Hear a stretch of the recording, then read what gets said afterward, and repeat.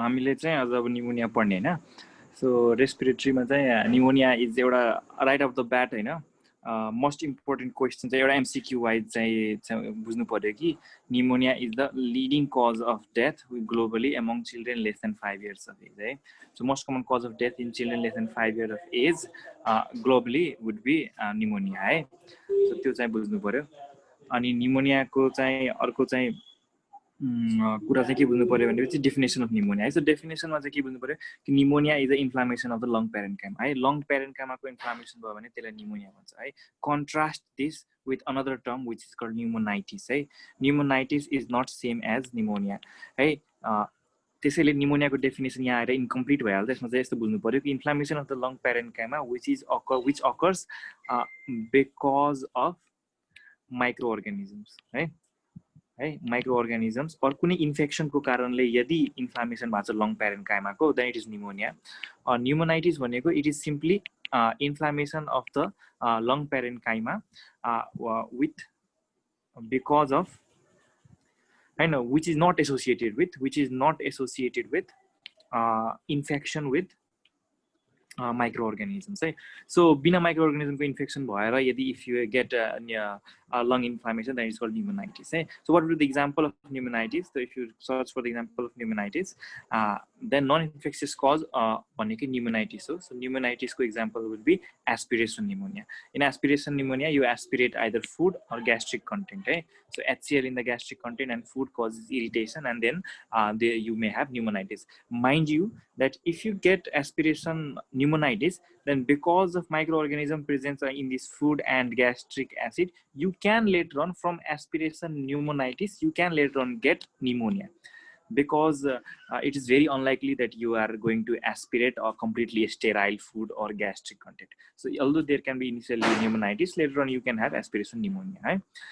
You can aspirate foreign body त्यो पनि aspiration pneumonitis भयो another most common cause another common agent that people generally aspirate and cause pneumonitis are volatile substances right so if the patient has it is the case of attempted suicide or patient drank kerosene patient drank lipoid substance or patient drank any hydrocarbon right these all are hydrocarbon substances and these are highly volatile right so तिमीले चाहिँ यसलाई खायौ and these are all in your stomach and they are all very soon they are going to be volatile and they are going to get converted into gas and then you start bloating and then you start regurgitating this gas from your esophagus and then inhale from your esophagus into the respiratory tract and once again hydrocarbon biopassy it causes irritation inflammation and you will develop pneumonitis right another is sometimes you can develop these are all chemical pneumonitis so you have this is an example of chemical pneumonitis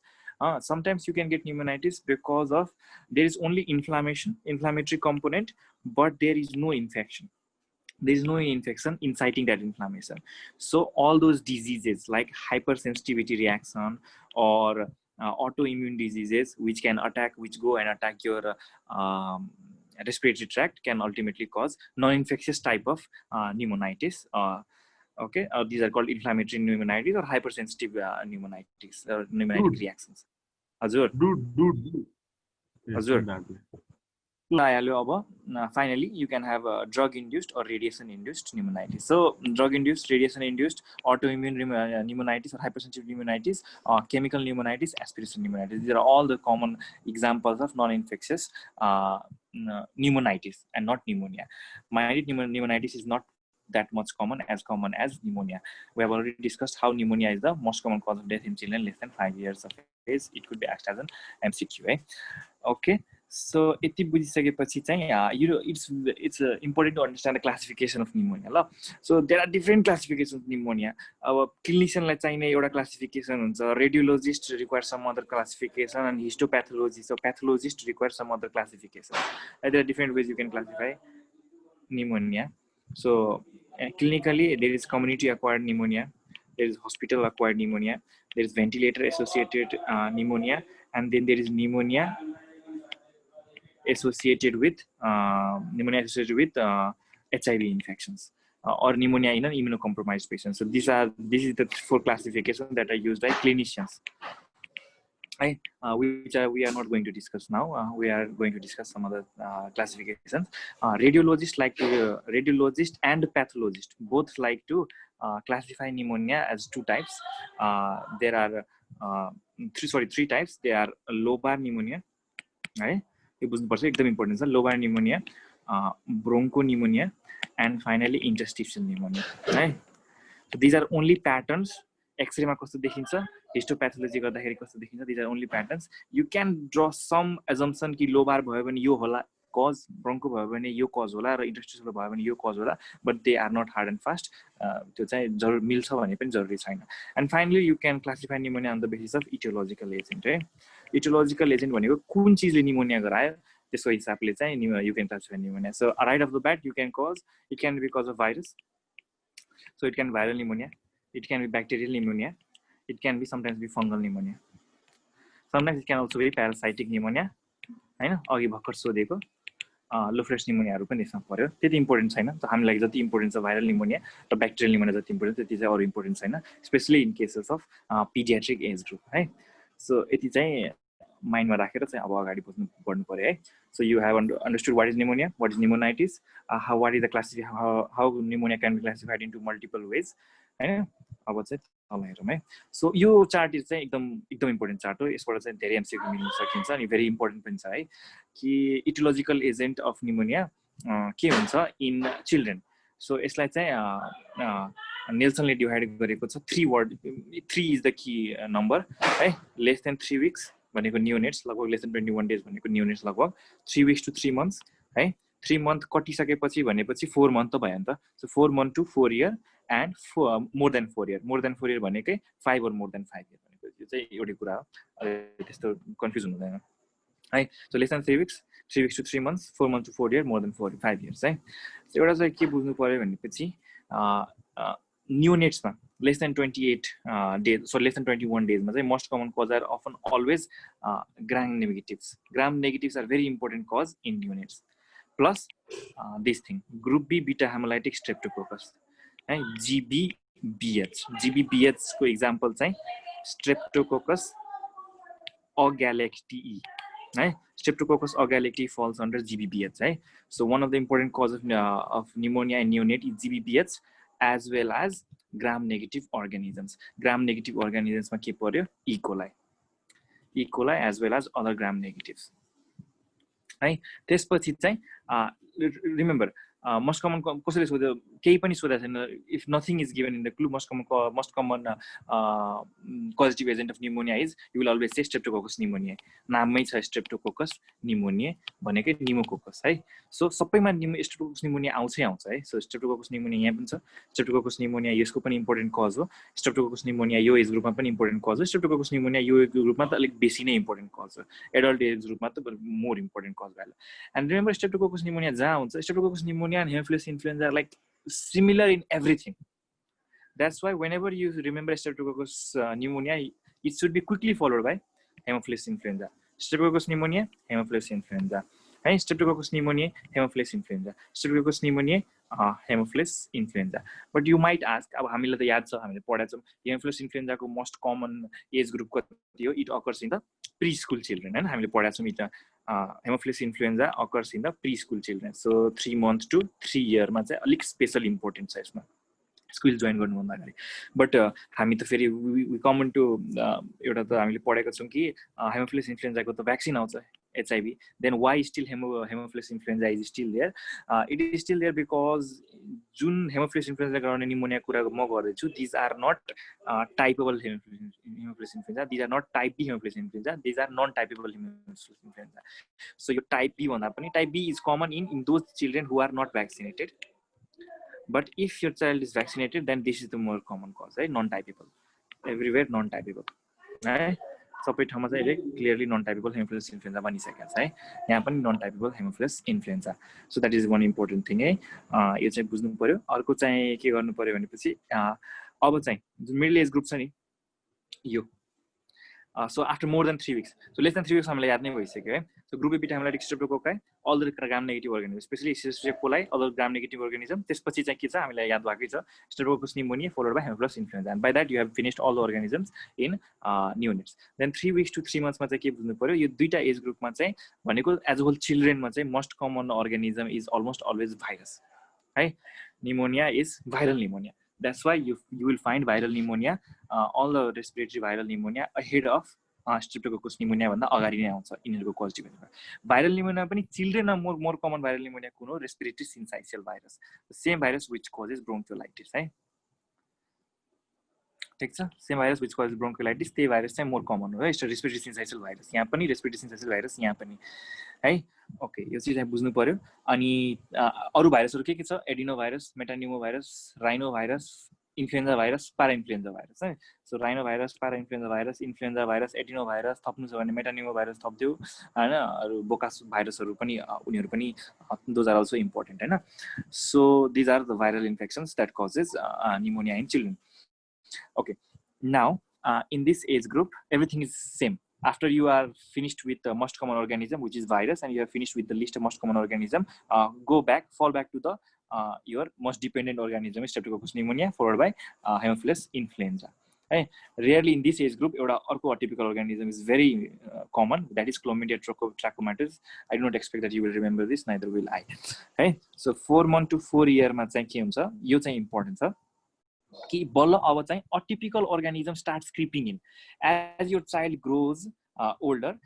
Now the child is more likely to get infected, not from viral, because by the time you have all the viral infections have been exposed and he's like immune, and by after that time the ratio of atypical organism causing pneumonia start increasing. So when the child starts growing old, by the time child reaches 4 year, your list ma chai, can you see that Mycoplasma pneumonia, which is an atypical organism, is starting to cause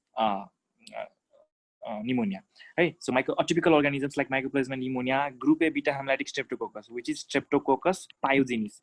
Hey, we have never expected Streptococcus pyogenes to cause the same organism just like throat infection. Respiratory, that's why it is atypical. Group A beta hemolytic streptococcus, but if question asked, atypical pneumonia is caused by, list can be very much, list but it will be most common organism causing atypical pneumonia. Answer Mycoplasma pneumonia. Hi. So 4 month to 4 year मा चाहिँ Mycoplasma pneumonia र group A streptococcus चाहिँ माथि आइहाल्छ. By the time your child reaches more than 5 years, most common organism नै atypical भइहाल्छ.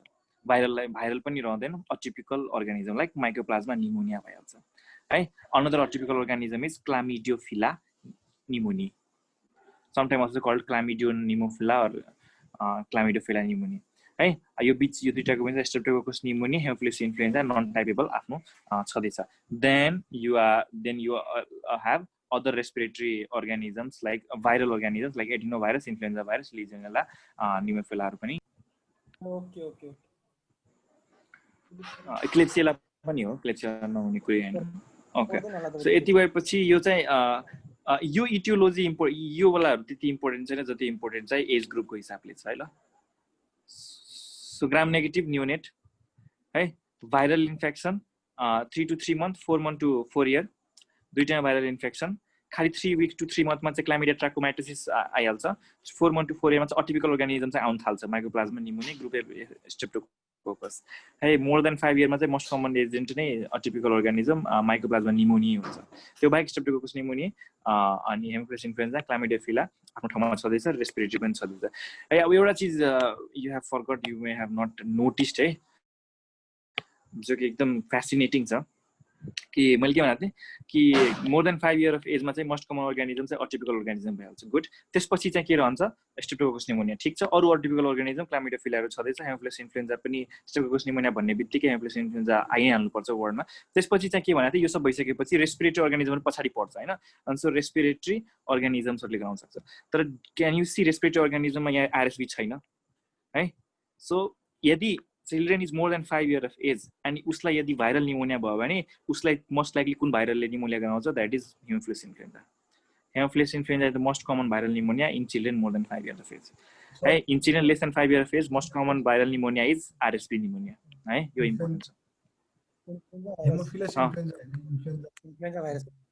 Hemophilus influenza is the यो bacteria. Haemophilus influenza हैन यो इन्फ्लुएन्जा भाइरस ओके म हेमोफिलस इन्फ्लुएन्जा भइरहेको थियो ल सरी ओके ओके ल सो अब यो यसरी चाहिँदैन it's not much important by the तिमीले त्यसरी नै सबै याद गरिसकेका छौ है सो भाइरल निमोनियाको कजहरूमा you see respiratory syncytial virus para influenza adeno human metapneumo virus rhino virus हैन अनि मिजल्स भ्यारिसेला हान्टा भाइरस यो छँदैछ है note okay okay okay okay okay so फङ्गलमा चाहिँ एउटा दुईवटा अर्गानिजम याद गऱ्यो भने पुग्छ खासै केही सोध्दैन होइन एचआइभी भएपछि Pneumocystis jirovecii I can't stress too much होइन अर्को चाहिँ हिस्टोप्लाज्मा ब्लास्टोमाइसिस र एस्परजिलोसिस यु क्यान रिमेम्बर है रिकेट्सियल अर्गानिजम पनि इम्पोर्टेन्ट छ रिकेट्सियाहरू पर्छ है माइकोब्याक्टेरियम ट्युबरकुलोसिस र माइकोब्याक्टेरियम एभियम कम्प्लेक्स हुन्छ प्यारासाइटिकमा ascariasis lumbricoides which causes Loeffler's pneumonia होइन स्ट्रङ्गुलर सर्करालिसले पनि हुन सक्छ है because it is parasitic if you take culture sputum culture निकालेर यदि पठायो या माइक्रोस्कोपी गर्यो भने यु विल फाइन्ड इस्नोफिल है okay so now we are done with pneumonitis है यति भएर बुझ्यौँ होइन so risk factor is no brainer यो चाहिँ यस्तै छ लो बर्थ वेट छ भने इम्युन कम्प्रोमाइज हुन्छ इम्युन राम्रो हुँदैन त्यसको कारणले माल न्युट्रिसन छ भने पनि हुनसक्छ है vitamin A deficiency specially because of measles है मिजल्सले भिटामिन ए डेफिसियन्सी गरायो त्यसपछि मिजल्सले अरू अर्गानिजमलाई प्रिडिस्पोज गरेर त्यसपछि चाहिँ अटिपिकल अर्गानिजमहरूको निमोनिया हुनसक्छ होइन स्पेसली यो के भन्छ ग्राम नेगेटिभ अर्गानिजम्सहरूको जसले चाहिँ लेस देन 3 विक्समा गराएको थियो नि त्यसको चाहिँ रिस्क बढिहाल्छ माल न्युट्रिसनसँग भिटामिन ए डेफिसियन्सीहरूसँग होइन प्रिमेच्योरिटी अर ल्याक अफ ब्रेस्ट फिडिङहरू गराएको छ भने तिनीहरूको केसमा अर इम्युनोसप्रेस्ड छ भने यो इम्युनोसप्रेस्डहरू छ भने तिनीहरूमा चाहिँ ग्राम नेगेटिभ अर्गानिजमको रिस्क बढिहाल्छ है ग्राम नेगेटिभ अर्गानिजमले चाहिँ यिनीहरूमा चाहिँ इन्फेक्सन गराउने रिस्क हाई हुन्छ त्यो चाहिँ बुझ्नु पर्यो है स्पेसली ग्राम नेगेटिभ अर्गानिजमको चाहिँ कसैले सोध्यो what is the risk of getting infection pneumonia from gram negative organism the first one you will say is if children is less than 3 weeks then the most common gram negative नै भइहाल्यो त्यसपछि अरू के if the मालनरिस्ड छ भने होइन or if इम्युनोसप्रेस्ड छ भने हैन यिनीहरुमा पनि ग्राम नेगेटिभ अर्गानिजमको रिस्क चाहिँ हाई भइहाल्छ यिनीहरुबाट इन्फेक्सनमा है अर्को चाहिँ एउटा अस्तिको रिभिजन है मिजलले आफै पनि एउटा निमोनिया गराउन सक्छ which is a giant cell pneumonia also known as HECHTS hex pneumonia है ओके सो पैसिभ स्मोकिङ र प्यारेन्टले स्मोक गरेछ भने पनि हुन्छ large family size leads to crowding large family size means crowding means upper respiratory tract infection which progresses downward to cause pneumonia है young age of course चिल्ड्रेनहरुमा more common हुन्छ pneumonia एडल्टहरुमा हैन एयर पोल्युसनहरु भइहाल्यो है फ्यामिली हिस्ट्री ब्रोन्काइटिसहरु छ भने भइहाल्यो okay so now classification of pneumonia यसलाई एनाटोमिकल क्लासिफिकेसन पनि भन्छ यसरी पढ्नु भन्दा अवट है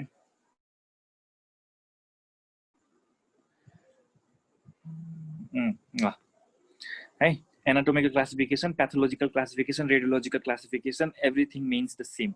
The classification of pneumonia into three groups, है ना? Lobar pneumonia, bronchopneumonia, and interstitial pneumonia. मतलब यो धेरै दिन चाहिँ बुझ्थिन. Lobar pneumonia त सबसे पहिला ये बुझिहाल्यो त्यसपछि बाँकी दुईटाको difference बुझ्थिन. But now I can explain ना कि lobar pneumonia भनेको के हो? Imagine an organism. Imagine तिमीले इन्हेल गर्यो कुनै organism. Imagine it is Streptococcus pneumoniae. त्यो चाहिँ इन्हेल गर्यो अनि इन्हेल गरिता गर्दै त्यो चाहिँ तल गयो.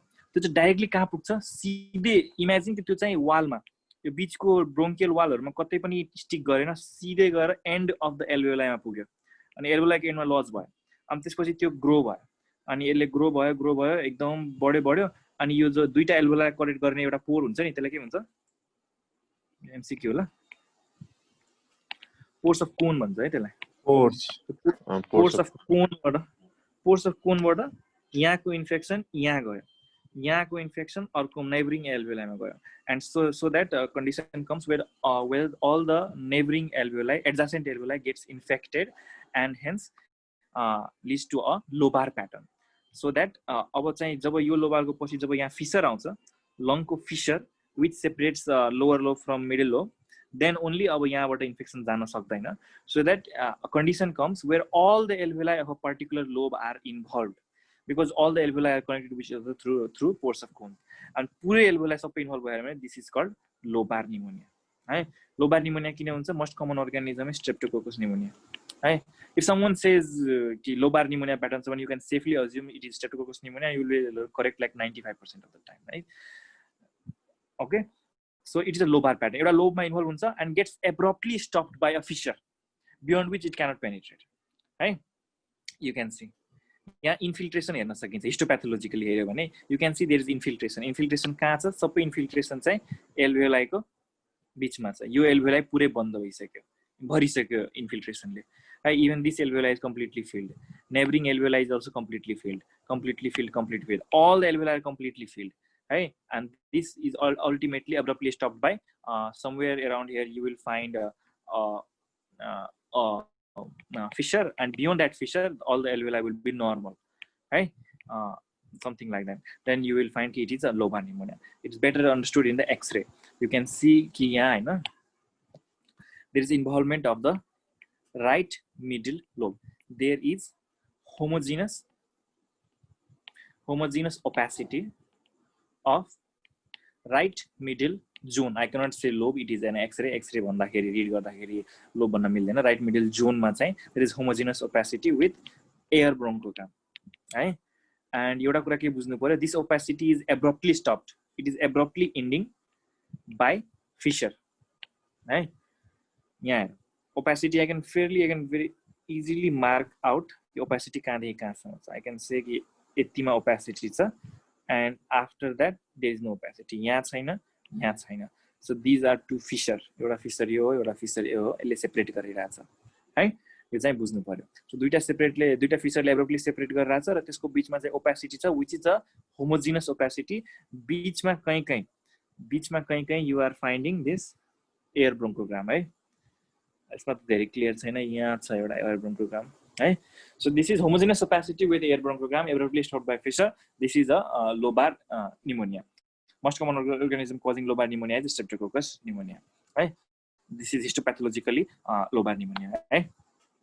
अब bronchopneumonia मा चाहिँ के हुनुहुन्छ भनेपछि bronchopneumonia occurs, imagine the same organism which cause lobar pneumonia, त्यो चाहिँ अब माथिबाट सुरु भयो इन्फेक्सन भएको है. सपोज दिस इज ट्राकियाबाट अब अपर रेस्पिरेटरी ट्र्याक्ट इन्फेक्सन भयो रे, अपर रेस्पिरेटरी ट्र्याक्ट इन्फेक्सन भयो, ट्राकियाको म्युकोसा इन्फेक्ट भयो, अनि त्यसपछि यो अर्गानिजम धीरे धीरे तल आइरहेछ, तल डिसेन्ड गर्दै गइरहेछ, लङतिर प्यारेन्कामा पुग्न त डिसेन्ड गरिरहेछ है. सो यस्तो कन्डिसनमा के हुन्छ भनेपछि अब यहाँ आइसकेपछि यो ठाउँमा आइसकेपछि अर्गानिजम अब यहाँ सर्छ, यहाँ पनि सर्छ, त्यसपछि फेरि डिभाइड हुन्छ मल्टिपल ब्रोन्काइमा, त्यसपछि मेबी यसमा नजाला, यसमा जान्छ, त्यसपछि फेरि डिभाइड हुन्छ है. अनि इट इज र्यान्डमली यसमा जाला, यसमा नजाला, मेबी डिपेन्डेन्ट पार्टमा बेसी जाला हैन. अनि त्यसपछि यसमा एउटामा जाला, एउटामा नजाला. अल्टिमेटली के हुन्छ कि जब बाइ द टाइम यो यिनीहरू जब अल्टिमेटली टर्मिनेट भएर जब एल्भियोलाईमा पुग्छ नि, यस्तो प्याटर्न आउँछ कि there is pneumonia, there is consolidation of alveoli, but that consolidation of alveoli is occurring in patchy pattern. Only some alveoli are affected है. यहाँ चाहिँ यो एल्भियोलाई इफेक्ट भयो, यहाँ चाहिँ अर्को एल्भियोलाई इफेक्ट भयो, यहाँ चाहिँ अर्को एल्भियोलाई इफेक्ट भयो, अर्को एल्भियोलाई इफेक्ट भयो. अनि त्यो एल्भियोलाई कहाँको इफेक्ट हुन्छ प्राय जसो, it is that alveoli which lies just adjacent to the infected bronchial. So you will find patchy consolidation है, patchy consolidation in alveoli है, which are peribronchial, which is just surrounding a bronchial. Bronchial को वरिपरि भएको एल्भियोलाई को मात्रै consolidation छ. Then this is called bronchopneumonia है, because most likely bronchus बाट आयो, तल डिसेन्ड गर्दै गयो, bronchus को वाल पेनिट्रेट गरेर नेबरिङ साइडको एल्भियोलाई इन्फेक्ट गर्यो, अथवा त्यो ब्रोन्कस जहाँ टर्मिनेट हुन्छ त्यो साइडको त्यसको एल्भियोलाई इफेक्ट गर्यो.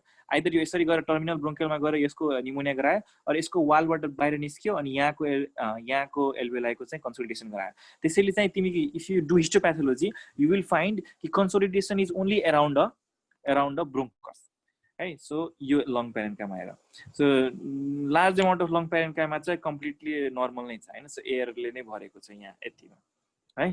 तर यसमा बुझ्नुपर्ने कुरा के छ भनेपछि कि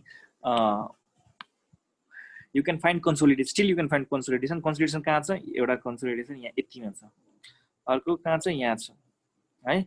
अर्को कन्सोलिडेसन मेबी यहाँ छ, मेबी छैन, अब जे भन्दा पनि हुन्छ. यहाँ त अभियसली कन्सोलिडेसन छ अलिअलि है, यहाँ पनि अलिअलि छ है. even here you can find consolidation, but I'm not sure about it right. So you can find consolidation, but these consolidation are almost always surrounding a bronchial. It is around a bronchial. Right? Consolidation is around the bronchial only. ठीक छ? Oh, that's why it is called bronchopneumonia. The consolidation is patchy. There is patchy consolidation with peribronchial coughing. This is also called peribronchial coughing, right? Yeah. You can agree yeah, there's something the problem cha homogeneous matlab radio opaque shadows haru cha, radio opacities cha. Is it homogeneous? No, it is not homogeneous. It is heterogeneous opacities. Hey, you can find here यहाँ opacity cha, यहाँ opacity cha, यहाँ बेसी opacity cha, बीचमा छैन है. यहाँ opacity cha, यहाँ opacity cha, यहाँ छ, बीचमा फेरि कतै छैन. So there is heterogeneous opacity involved in the both lung. है. Both lung involved गरेर चाहिँ opacity कहाँ छ सबसे बेसी? Remember, opacity is almost always surrounding a alveoli. Sorry, surrounding a bronchus. You can very clearly understand this is a bronchus, which is an end-on view. End-on view मा तिमीलाई bronchus देखिरहेछ है. यो bronchus को lumen तिमी हेरिरहेछौ. अनि त्यसको वरिपरि can you see there is an opacity? यस्तो प्याटर्न बनाएर है. यो peribronchial opacity है. In the same way, यहाँ एउटा bronchus छ, त्यसको वरिपरि opacity है. In the same way, यहाँ एउटा bronchus छ, त्यसको वरिपरि opacity है. That's why it is called patchy consolidation. Right? Patchy consolidation with peribronchial coughing bhana, हैन, peribronchial opacity bhana, जे भन्दा पनि हुन्छ. This is bronchopneumonia. It is also caused by the same organism which causes lobar pneumonia, but त्यो भन्दा पनि अरु organismहरु more important भइहाल्छ. So Staphylococcus aureus, Haemophilus influenza, Klebsiella हरु चाहिँ more involved with bronchopneumonia हरु सँग भइहाल्छ है. ठीक छ, यो बुझ्यो. एक्सरे मा पनि त्यस्तै देखिन्छ. अनि त्यसपछि चाहिँ यो हिस्टोप्याथोलोजी मा पनि प्याची consolidation देखिन्छ है. Finally, there is a condition called interstitial pneumonia. Interstitial pneumonia भनेको के हो भनेपछि इमेजिन अब सिम्बो प्याथोफिजियोलोजी फेरि डिस्कस गरौँ एकपल्ट. इमेजिन अपर रेस्पिरेटरी ट्र्याक्ट इन्फेक्सन थियो है. यहाँ इन्फेक्सन भएको थियो है. यहाँबाट इन्फेक्सन तल सर्दै आयो. अनि त्यसपछि चाहिँ के भएपछि बाइ द टाइम यो तल सर्थ्यो नि, त्यो भन्दा पहिले अथवा मेबी कुनै कुनैमा चाहिँ एल्भेओलाइको तलसम्म पुग्यो. अनि त्यसपछि चाहिँ एल्भेओलाइको इन्फ्लामेसन नगराइकन और ब्रोन्कसको वालको इन्फ्लामेसन नगराइकन it very silently got outside the bronchi और आउटसाइड द एल्भेओलाई पेनिट्रेट गरेर बाहिर गयो. अनि त्यसपछि दुईटा एल्भेओलाइको बीचको जुन चाहिँ स्पेस छ नि, यो सेप्टा, इन्टर एल्भेओलर सेप्टा, त्यहाँ गएर इन्फ्लामेसन गरायो. र जति पनि इन्फिल्ट्रेसन भयो नि न्यूट्रोफिलको या पस सेलको सबै इन्फिल्ट्रेसन कहाँ गयो? यहाँ आएर भयो इन्फिल्ट्रेसन दुईटा एल्भेओलाइको बीचमा. And somehow this infiltrative cells do not penetrate alveoli. एल्भेओलाइको भित्र चाहिँ जाँदैन. So there is inflammation of the lung, but all the inflammatory process is confined within the interalveolar septa. Right? So this is called interstitial pneumonia because pneumonia means inflammation. Interstitial bhaneko between alveoli. The interstitial septa are more involved, and that's why it is called interstitial pneumonia. You can see in this figure. Right? Your figure you can see clearly ki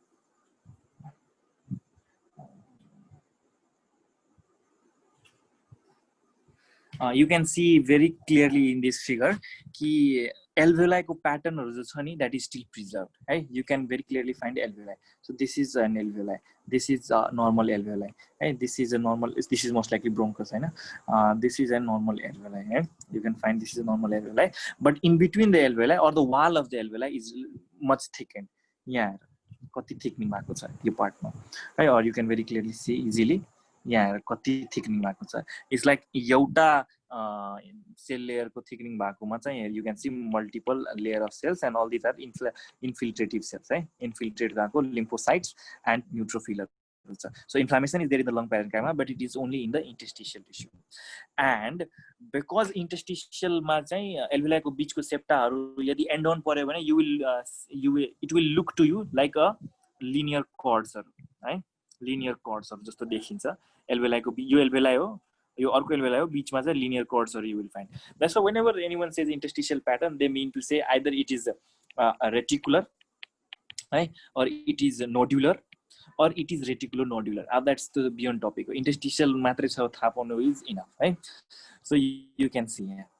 So यहाँ पनि pneumonia छ, but यो अब consolidation as such छैन हैन. You cannot find consolidation, you cannot find either lobar consolidation, you cannot find patchy consolidation peribronchial coughing को कुरा छोड्दियो. All you can find is कि एल्भेलाई को बीचको जो चाहिँ इन्टरएल्भुलर सेप्टाहरू छ जो कि एउटा रेटिकुलर प्याटर्नहरू हुन्छ त्यो चाहिँ एकदम बेसी बढेर आएको छ है, स्पेशली यो सेन्ट्रलबाट आएको छ र पेरिफेरीतिर यस्तो जान खोजिरहेको छ है. So they are more progressing towards the outward है. So this is one. You can find this is one. यो यस्तो गरेर. This is not strictly reticular. This is reticular nodular पनि छ बिचमा कतै प्याटर्नहरु यतिमा. So for now it can be either reticular or nodular or reticular nodular. Right? And remember this interstitial edema. Do you remember pulmonary edema हामीले पढाएको थियौँ है? Pulmonary edema को तीनटा फेज थियो नि. First phase was edema within the vascular tissue. जसलाई congestion मात्रै भनेको थियौं, जसमा चाहिँ सेफलाइजेसन अफ ब्लड भेसलहरु इम्पोर्टेन्ट थियो. त्यसपछि सेकेन्डमा के थियो? Interstitial oedema. र थर्डमा के थियो? Alveolar oedema. है, सेकेन्ड स्टेजको pulmonary oedema which occurs mostly almost always because of left heart failure. त्यो र interstitial oedema, interstitial pneumonia is very similar है. This could, you can also argue कि यो एक्सरे चाहिँ interstitial pulmonary edema को because of left heart failure. You could argue है, तर त्यो भएको भए most likely कतै you could have seen curly A lines, curly B lines. You could have seen pulmonary pleural effusion. त्यो चीज चाहिँ देखेको छैन र हिस्ट्री चाहिँ more consistently pneumonia तिर छ because the patient consists of some low grade fever, upper respiratory tract infection. That's why it is pneumonia. So एउटा चाहिँ छुट्याउन इम्पोर्टेन्ट भइहाल्छ. The interstitial pulmonary edema with interstitial pneumonia बाट छुटाउन important भइहाल्छ है. So that's all है. 3 types of pneumonia: histologically, anatomically, or radiologically. It's very important when someone says to understand कि कसरी यो interstitial pneumonia भयो, कसरी यो चाहिँ broncho pneumonia भयो, कसरी यो चाहिँ lobar pneumonia भयो. Lobar pneumonia एउटा lobe involved हुन्छ, abruptly stop भएको हुन्छ, homogeneous opacity हुन्छ. C, it is unilateral. एक साइड मात्रै हुन्छ यो often है. अनि ब्रोन्को निमोनिया इन्टरस्टिशियल निमोनिया बाइलेटरल हुन सक्छ. ब्रोन्को निमोनिया चाहिँ इज अफन अलवेज कन्सोलिडेसन ब्रोन्कसको वरिपरि हुन्छ है. whereas interstitial pneumonia is also bilateral but it is more towards perihalar pattern, bursting pattern चाहिँ more common हुन्छ हैन. यो bat wing sign जस्तो पनि देखाउन सक्छ. सो स्टेज 3 को pulmonary edema सँग पनि कन्फ्युज हुन सक्छ, बट नहुनु. it is a reticulonodular pattern of interstitial pneumonia है. C, interstitial pneumonia almost exclusively interstitial pneumonia आयो भने always understand either viral or mycoplasma. It is called either viral pneumonia or atypical pneumonia. है, यिनीहरुले मात्रै interstitial pneumonia गराउँछ. यो चाहिँ एकदम important छ. नाउ इफ आवर प्रोफेसर, हाम्रो प्रोफेसरले चाहिँ क्वेशन सोध्छ के हामीलाई कि तिम्रो पेडियाट्रिक पेशेन्ट हुन्छ, उलाई चाहिँ वी नो कि this is a case of pneumonia. अनि प्रोफेसरले सोध्छ कि ल what are the signs that you expect. जस्तै पिबिएलमा पनि सोधेको थियो, तिमीले के साइन एक्सपेक्ट गर्छौ. अनि हामी चाहिँ राम्रो स्टुडेन्ट जस्तो चपचप भन्न थाल्छौँ कि सर सुरुको एक दिन चाहिँ for first 1 day there will be congestion, then from 2 to 3 days there is हुन्छ नि red hepatization, then 3 to 6 days there is grey hepatization, then resolution हुन्छ. रेड हेपाटाइजेसन ग्रे हेपाटाइजेसनको बेलामा चाहिँ कन्सोलिडेसन हुन्छ. अनि त्यसले चाहिँ हामी चाहिँ इन्स्पेक्सन गर्दाखेरि चाहिँ restricted movement of chest in that area, palpation गर्दाखेरि चाहिँ त्यो एरियाको मुभमेन्ट रेस्ट्रिक्टेड हुन्छ, पर्कसन गर्दाखेरि पर्कसनको डल आउँछ, अस्कल्टेसन गर्दाखेरि हामी चाहिँ ब्रोन्कोफोनी ब्रोन्कल ब्रेथ साउन्ड सुन्छौँ है. तर देन प्रोफेसरले तिमीलाई याद गराइदिन्छ कि most common cause of pneumonia in children के हो भने युज कि सर भाइरल हो. सो भाइरलमा कस्तो निमोनिया हुन्छ, लोबार निमोनिया हुन्छ कि इन्टरस्टिशियलहरु निमोनिया हुन्छ. यु वुड से कि सर इन्टरस्टिशियल निमोनिया हुन्छ. And then why are you explaining me all the point of lobar pneumonia? कन्सोलिडेसनको फिचर रे, ब्रोन्को निमोनिया रे, पर्कसन नोट डल रे हैन. सो डोन्ट से दैट है. Interstitial pneumonia is a common pneumonia pediatric population. अनि त्यसले चाहिँ यो कन्सोलिडेसनको जुन टिपिकल फिचर हुन्छ नि, हामी ब्रोन्कोफोनी भन्छौँ, इगोफोनी भन्छौँ, विस्परिङ पेक्ट्रिलोकीहरु भन्छौँ. Do not expect this signs in children है. Auscultation is like only remaining thing जो कि इम्पोर्टेन्ट भइहाल्छ है, जो कि इम्पोर्टेन्ट छ. सो यसरी चाहिँ क्लासिफिकेसन हामीले बुझ्यौँ है. चाहिँ ब्रोन्को निमोनिया हो, यहाँ प्याची है, देयर इज प्याची कन्सोलिडेसन. यसमा पनि देखाउनु पर्ने हो तर देखाएको छैन, केही छैन है. प्याची कन्सोलिडेसन है. दिस इज लोबार निमोनिया है, involvement of lower and middle lobe है, अनि abruptly stopped by transverse fissure है. ठीक छ. And this is interstitial pneumonia है. सेन्ट्रलदेखि सुरु हुन्छ, पेरिफेरीतिर जान्छ र यहाँसम्म पुग्छ रेटिकुलर नोडुलर प्याटर्नहरु है भनेको प्लुरल सर्फेसमा पुग्छ अनि बाइलेटरली हुन्छ अनि डिफ्युजली इन्टायर लङ इन्भल्भ भएको हुन्छ यस यो गरायो भने यसको कमन अर्गानिजम के सोच्ने आइदर माइकोप्लाज्मा है अर एनी भाइरल अर्गानिजम्सहरु सोच्ने है ठीक छ अब यो this is also right middle लोबको निमोनिया है राइट मिडल जोन निमोनिया हैन यो चाहिँ के होला भन्नु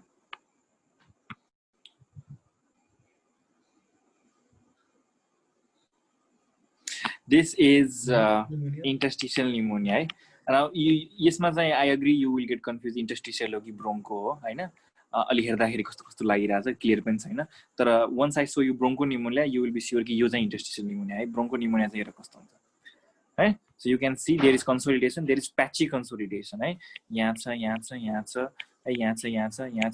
around यो चाहिँ bronchus हो यो चाहिँ bronchus हो this is also bronchus so there is patchy consolidation around bronchus है patchy consolidation around bronchus है it is bilateral यहाँ पनि छ है so this is bronchopneumonia है अब यहाँ हेर्दाखेरि this is there is no any consolidation as such there is reticular pattern and reticular pattern you can see reticular pattern reaching up to pleural surface starting from hilum reaching up to pleural surface so this is interstitial pneumonia right ठीक छ okay you can use interstitial pneumonia in if children is more than 5 and if you find it is interstitial pneumonia then it becomes synonym with atypical pneumonia right? So because interstitial pneumonia can be either viral organism or it can be mycoplasma right so mycoplasma is most commonly associated with atypical pneumonia more than 5 years of age ma most common agent mycoplasma bhayihalcha है ठीक छ so this is atypical pneumonia okay now if you have a typical pneumonia especially caused by streptococcus pneumoniae then clinical features vary on the basis of कति दिन pass भयो infection को है because of different stages of involvement of the lungs so in the first यो important चाहिँ MCQ मा सोच है first 24 hour मा there is only congestion so only blood vessel हरुमा इन्फिल्ट्रेसन आएको छ एल्भियोलाई मा पोरिङ भएको छैन एल्भियोलाई मा चाहिँ कन्जेसन भरिसकेको छैन फ्लुइड आइसकेको छैन so there is fluid excessive infiltration of the infiltrative cells like neutrophils and other macrophage monocytes हरुको इन्फिल्ट्रेसन भएको छ but त्यो चाहिँ still only in the blood vessel it has not penetrated the alveolar wall and it has not flooded the alveoli that's why it is called stage of congestion यो चाहिँ सुरुको first 24 hour मा stage of congestion हुन्छ then stage of red hepatization then के हुन्छ all the alveoli gets filled with infiltrative substance जसमा चाहिँ RBC पनि छ हैन RBC पनि छ that's why it appears red histopathology गरेर हेर्यो भने or organ चाहिँ gross examination गर्यो भने you will find it is red it is called red hepatization and consistency is that of liver that's why it is hepatization lungs should feel spongy but it becomes that of consistency becomes that of liver and that's why it is called red hepatization it is from day up to day 3 summer hey, up to mid hafta mid week summer hey, it is red hepatization and the second half of the week from day 4 to day 6 it is gray hepatization why because जुन RBC थियो the RBC चाहिँ अब lysis भइहाल्छ अनि reabsorb भइहाल्छ all the pigment gets reabsorbed RBC gets lysed and that's why there is no color to it and hence it appears only gray so there is gray hepatization consistency is still that of liver and then finally even this fluid gets reabsorbed and ultimately leads to resolution and if in some cases there is no resolution there can also be complication hi ठीक छ so this is red hepatization in red hepatization alveolar exudate contains especially this is important erythrocytes that's why it is red right whereas in gray hepatization the red erythrocytes have undergone disintegration they have lysed and the pigment are getting reabsorbed and hence they are no more gray though they are no more red they have become gray so they are become gray because they have only neutrophils which are WBC white blood cells and fibrin that's why they appear gray and finally even these neutrophils and fibrin gets digested enzymatically and the alveoli becomes once again normal so this whole phase takes over 1 week right? After 1 week there is resolution up to first hour congestion to up to 3 days red hepatization and then after 3 days up to 1 week there is gray hepatization beyond 1 week there is resolution or complication this is very important slide यो चाहिँ सोध्छ है अब clinical feature चाहिँ अब different positive अर्गानिजममा different type pneumonia गराउँछ त्यसको हिसाबले क्लिनिकल फिचर चाहिँ डिफरेंट हुन्छ है एउटा चीज चाहिँ के बुझिहाल्नु पर्यो सुरुमै you need to understand is कि भाइरल निमोनिया र ब्याक्टेरियल निमोनियालाई सेपरेट गर्न आउनु पर्यो है एन्ड देन ब्याक्टेरियल निमोनियामा चाहिँ डिफ्रेन्ट पोजिटिभ एजेन्टहरू छ, त्यो चाहिँ बुझ्नु पर्यो. सो सबभन्दा पहिला भाइरल निमोनिया र ब्याक्टेरियल निमोनियाको डिफ्रेन्स है. सो भाइरल र bacterial. Remember, viral pneumonia is almost always associated with upper respiratory tract infection. Also, bacterial pneumonia is also associated with upper respiratory tract infection, but it may not be associated with respiratory tract infection. So, upper respiratory tract infection is like almost always, right? Maybe not, right? Maybe upper respiratory tract infection. This viral pneumonia starts from upper respiratory tract infection, then slowly progresses downward. That's why symptoms onset with that is gradual in onset, right? Gradual onset. Whereas bacterial pneumonia is very sudden in onset. Right? And viral pneumonia, because it involves and then sudden onset of what? What are the symptoms? Right? Toxic symptoms like high grade fever is a feature of bacterial pneumonia. Right? Isma chai low grade fever. Right? Or sometimes no fever, but mostly there is fever. It is just a low grade fever. Besides that, the patient will have crepitations. Even this patient can have crepitations, but this patient will also have wheeze. Right? This patient isma chai wheeze chai hudaina, right? Wheeze chai present hudaina, right? त्यसपछि चाहिँ if you do there is symptoms, there is sign, हैन. Sign मा चाहिँ typical features of lobar pneumonia, like inspection मा restricted chest movement, palpation मा पनि restricted chest movement, palpation मा के भन्छ palpation मा के थियो, increased vocal fremitus, increased vocal resonance, हैन. यो फिचर्सहरु कहाँ हुन्छ? ब्याक्टेरियलमा हुन्छ है. increased vocal fremitus, increased vocal resonance चाहिँ ब्याक्टेरियलमा हुन्छ, यसमा चाहिँ हुँदैन, भाइरलमा हुँदैन है. त्यो बाहेक पर्कसन गर्दाखेरि पर्कसन नोट डल आउने ब्याक्टेरियलमा हुन्छ, यसमा हुँदैन. अनि अस्कल्टेसन गर्दाखेरि ब्रोन्कोफोनी, इगोफोनी, विस्परिङ पेक्ट्रिलोकीहरु ब्याक्टेरियलमा हुन्छ, यसमा चाहिँ हुँदैन. If you do X-ray, bacterial can be either bronchopneumonia or it can be lobar pneumonia, right? Viral are almost always interstitial pneumonia, right? And if you check at the prognosis, viral pneumonia has good prognosis. It generally resolves in 1 week, right?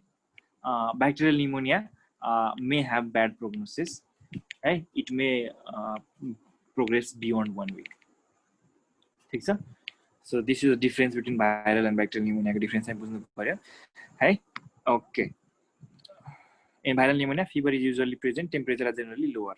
Hey, most consistent symptom of pneumonia is fast breathing. Hey, जो कि CBIM, IMNCI मा पनि use गरिरहेछ है. जसमा चाहिँ fast breathing is a concept जसले चाहिँ pneumonia diagnose गर्छौं हामीले हैन. त्यो बाहेक increased work of breathing, respiratory distress भयो भने माथि देखि तल, nose trill मा flaring of nose trills है. त्यसपछि fast breathing है. त्यसपछि चाहिँ supraesternal recession, intercostal recession र subcostal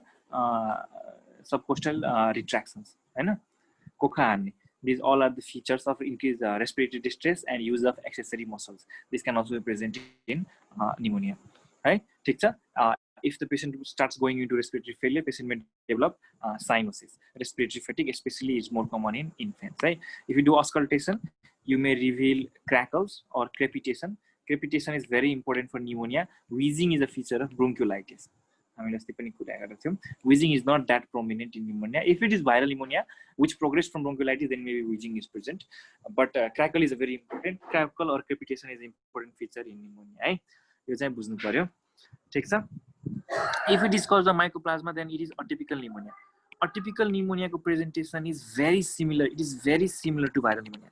Clinically also and radiologically also. दुईटैमा चाहिँ के हुन्छ? Radiologically interstitial pneumonia हुन्छ. But clinically दुईटै चाहिँ gradual onset हुन्छ. Symptom चाहिँ एकदम severe हुँदैन, like low grade fever हुन्छ, like chronic cough, wheezing हुन्छ, low grade fever हुन्छ, prolongs beyond 1 week, हैन, gradual onset हुन्छ, अनि आफै रिजल्भ भएर जान्छ. These are atypical pneumonia. Typical pneumonia यस्तो हुँदैन. Typical pneumonia cholestatic pneumonia कस्तो हुन्छ? यस्तो हुन्छ. 24 घण्टामा यो हुन्छ, त्यसपछि by 1 week चाहिँ रिजल्भ भएर जान्छ है. त्यस्तो हुन्छ हैन, सडन onset को हुन्छ. त्यो चाहिँ बुझ्नु पर्यो. These are atypical pneumonia. Viral pneumonia र mycoplasma को features चाहिँ same हुन्छ है.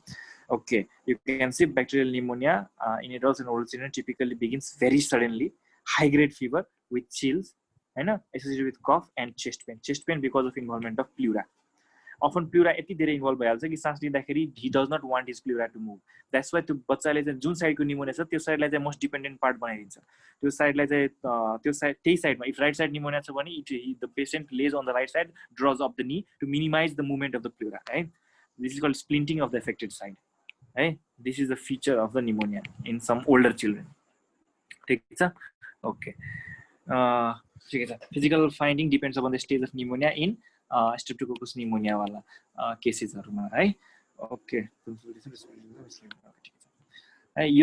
यो point चाहिँ के यसले चाहिँ के भन्न खोजिरहेको छ कि result of physical examination may be misleading, particularly in young infant with major finding भनेको with almost no finding, because childrenहरुमा त के हुन्छ interstitial pneumonia हुन्छ नि more common, जसले चाहिँ यो typical Streptococcus pneumonia को findingहरु देखाउँदैन. That's why you may miss it. If there is lower zone pneumonia, if there is involvement of the pleura of the lower lobe of the lung, then the pain of the pleura gets radiated downward into the abdomen. That's why abdomen ko symptoms आउनु पनि is not that rare phenomenon. Often patient with pneumonia presents with pain in the right iliac fossa, just like appendicitis. Right? So gastrointestinal disturbance like abdominal pain or abdominal distension is an important or very common in the lower lobe pneumonia. यो चाहिँ सोध्छ भाइभामा चाहिँ abdominal pain को मा किन differential diagnosis pneumonia राखेको, and then you have to be say कि pneumonia पनि abdominal pain हुन सक्छ भनेर है.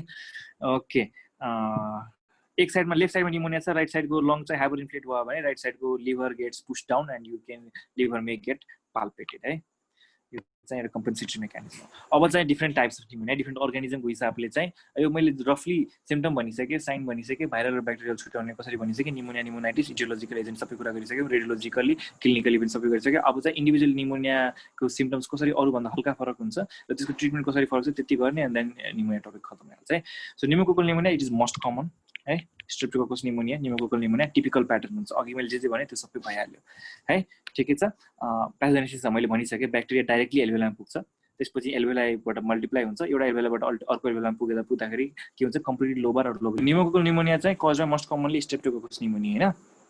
सो स्ट्रेप्टोकोकस निमोनियाले निमोकोकल निमोनिया गराउँछ मोस्ट कमनली. अनि यसको प्याटर्न चाहिँ कस्तो हुन्छ मैले अघि भनिसकेको थिएँ, यसमा चाहिँ अर्गानिजम डाइरेक्टली एल्भेलामा पुग्छ, डाइरेक्टली माथिबाट गएर एल्भेलामा पुग्यो, अनि त्यसपछि एउटा एल्भेलाबाट इन्फेक्सन गराउँदै त्यो अर्को एल्भेलामा सर्दै अर्कोबाट अर्को सर्दैखेरि के हुन्छ कम्प्लिटली एउटा लोब कम्प्लिटली इन्भल्भ गरिदिन्छ and becomes lobar or lobular in distribution. है, द्याट्स इट. यो प्याथोजेनेसिस केही पनि छैन. Simply remember Streptococcus pneumonia is equal to lobar distribution है. There is no tissue necrosis है. टिस्यु नेक्रोसिस छैन, त्यसैले ब्रोङ्कियल भेसल्सहरू ब्रोङ्कियल ब्लड भेसलहरूको पनि नेक्रोसिस छैन, त्यसैले ब्लड चाहिँ एल्भेलामा आउँदैन, त्यसैले haemoptysis is not a feature. Haemoptysis हुँदैन. कुनै पनि डिजिजमा हेमोप्टाइसिस भयो भने, कुनै पनि निमोनिया हेमोप्टाइसिस भयो भने अन्डरस्ट्यान्ड कि द्याट इज हाइली नेक्रोटाइजिङ डिजिज भनेर बुझ्नु पर्यो है. Okay, incubation period 1 to 3 period हो, नो ब्रेनर, सजिलै भइहाल्यो. अनि often patient develop symptoms which is sudden symptoms, sudden onset of high grade fever associated with chills, cough and chest pain. कफ को जहिले पनि एउटा स्टोरी हुन्छ, इनिशियली ड्राई हुन्छ, पछि थिक रस्टी स्पुटम आउँछ है. Remember this is important. निमोकोकसले कस्तो स्पुटम ल्याउँछ, रस्टी स्पुटम ल्याउँछ है. Headache, sometimes there also may be abdominal pain पनि इन्भल्भमेन्ट हुन सक्छ. त्यो बाहेक रेस्पिरेटरी डिस्ट्रेस धेरै भयो भने सुपास्टर्नल रिसेसन, इन्टरकोस्टल सबकोस्टल रिट्र्याक्सन्सहरू आउन सक्छ है. अनि if you do percussion this will have typical presentation of consolidation है. सो पर्कसन नोट चाहिँ कस्तो हुन्छ, डल हुन्छ, स्टोनी डल कि वुडी डल, यो चाहिँ वुडी डल हुन्छ हैन. ओके, ठिकै छ. अस्कल्टेसन गर्यो भने ब्रोङ्कोफोनी, ब्रोङ्कल ब्रेथ साउन्ड, इगोफोनी, विस्परिङ पेक्ट्रिलोगीहरू सुन्न सकिन्छ if it is cause by typical organism है. Sometimes meningismus or signs if specially in apical pneumonia है, बिकज लङको apex lies very close to the मेनिन्जेसको, द ब्रेनको मेनिन्जेसको एन्ड जहाँ हुन्छ नि स्पाइनल कर्डको त्यहाँ भेरी क्लोज हुन्छ. त्यसैले इन्फ्लामेसनले चाहिँ मेनिन्जेल इरिटेसन गराएर मेनिन्जेसको फिचर्सहरू गराउन सक्छ, स्पेसली इफ एपिकल निमोनिया हो भने. डायग्नोसिस यु डु एक्सरेमा चाहिँ कस्तो हुन्छ, lobar consolidation, you will give the diagnosis of. If you can also do sputum कल्चरमा आइसोलेट गर्न सकिन्छ. ग्राम स्टेन चाहिँ यिनीहरू के हुन्छ पोजिटिभ हुन्छ, कल्चरले पनि आइडेन्टिफाई गर्छ. यु विल फाइन्ड कि Streptococcus pneumonia. Treatment Streptococcus pneumonia is gram positive agent. So gram positive को लागि चाहिँ they are still very easily treated with penicillin. You can treat it with penicillin G, you can treat it with penicillin B, you can treat it with procaine penicillin है. ठीक छ. Sometimes you can also use amoxicillin or amoxiclav or you can use ampicillin. If you find there is allergy to penicillin, then you can use other drugs like chloramphenicol or erythromycin use गर्न सकिन्छ है. Okay, now staphylococcus is very worse, एकदम worse है. Staphylococcus किन? Because staphylococcus has this tendency कि त्यसले जहाँ infection गर्छ त्यसको लोकलाइज टिस्युमा चाहिँ कम्प्लिट ड्यामेज गराउँछ. कस्तो ड्यामेज? नेक्रोसिस गराउँछ. It has this ability to cause necrosis, especially Streptococcus pneumoniae. That's why, imagine this is your lung parenchyma. यहाँ Staphylococcus छ भने it will cause necrosis. Complete necrosis गरेर खाइदिन्छ यति, and it will lead to development of something called cyst. यही cyst पछाडि पेरिफेरीमा भयो भने ठुलो ठुलो बुल्ला पनि बनाउँछ है. अनि यही बुल्ला रप्चर भयो भने यसले न्युमोथोराक्स पनि गराउँछ. यही बुल्ला जसको वरिपरि यहाँ ब्रोन्कस थियो अनि यहाँ चाहिँ प्लुरा थियो अनि झ्यापै रप्चर भयो भने ब्रोन्कस र प्लुरा कनेक्सनमा आइहाल्छ अनि ब्रोन्को प्लुरल फिस्टुला गराउँछ. अनि त्यसपछि चाहिँ के गराउन सक्छ? न्युमोथोराक्स गराउन सक्छ. और यहाँबाट फ्लुइड सिपेज भएर के गराउन सक्छ? हिमोथोराक्स गराउन सक्छ. और ब्लड सिपेज गरेर हिमोथोराक्स और फ्लुइड मात्रै सिपेज भयो भने प्लुरल इफिजन. सो यो चाहिँ एमसीक्यू हो ल. तिमीलाई निमोनियाको फिचर दिइरहेछ अनि ठ्याक्कै एउटा वर्ड राखिदिएछ कि देयर इज निमोथोराक्स भने most common positive organism in Staphylococcus हैन. निमोनियाको फिचर दिइरहेछ अनि एक्सरेमा चाहिँ सिस्ट देखाइदिएछ और एक्सरेमा बुल्ला देखाइछ भने identify the organism then that is Staphylococcus. और यो सब केही नभनेर नेक्रोटाइजिङ भनेछ र पेशेन्टलाई चाहिँ अरु ठाउँमा पनि एब्सेस छ भने इट इज स्टाफिलोकोकस. यो चाहिँ एकछिनमा भन्छु. Staphylococcus is a very severe infection. कुनै पनि मान्छे त्यसै पनि स्टाफिलोकोकस इन्फेक्सन हुँदैन. डु नट अज्युम कि पर्फेक्टली नर्मल मान्छे to have staphylococcal infection just like a person has streptococcal infection. Streptococcus pneumonia is different thing. त्यो इन्फेक्सन जसलाई पनि हुन सक्छ, कम्प्लिटली नर्मल हेल्दी पर्सनलाई पनि. त्यो स्टाफिलोकोकस इन्फेक्सन हुनको लागि there must be predisposing factor है. There must be predisposing factor. In this case the predisposing factor can be the patient has malnutrition, patient has diabetes mellitus, or patient has inactive macrophage dysfunction syndrome, right? So macrophage dysfunction syndrome or macrophage abnormality macroaspiration syndrome, macrophage abnormality पनि भन्छ हैन त्यसलाई. So त्यस्तो मान्छेहरुमा चाहिँ स्टाफिलोकोकसको infection भयो भने मात्र स्टाफिलोकोकस pneumonia हुन्छ. अर्को स्टाफिलोकोकसले यु रिमेम्बर स्टाफिलोकोकस इज अ धेरै डिजिज गराउँछ यसले. अनि स्टाफिलोकोकस इज अ पाइजोनिक अर्गानिजम, जहाँ गयो त्यहाँ पस गराउँछ. सो स्टाफिलोकोकस चाहिँ त्यसै हुँदैन मान्छेलाई. यो सब भएको डिजिज भएको मान्छेलाई पहिला स्किन इन्फेक्सन भएको थियो, उलाई पायोडरमा थियो है, बच्चाहरुमा इम्पेटिगो थियो अथवा पायोडरमा थियो. अनि त्यहाँबाट चाहिँ इन्फेक्सन सरेर उसको ब्लडमा गयो अनि ब्लडबाट चाहिँ उसको चाहिँ लङ प्यारेन्काइमामा आयो. अनि त्यसपछि पेशेन्टलाई चाहिँ स्टाफिलोकोकस निमोनिया हुन्छ है. त्यो चाहिँ याद गर्नु पर्यो.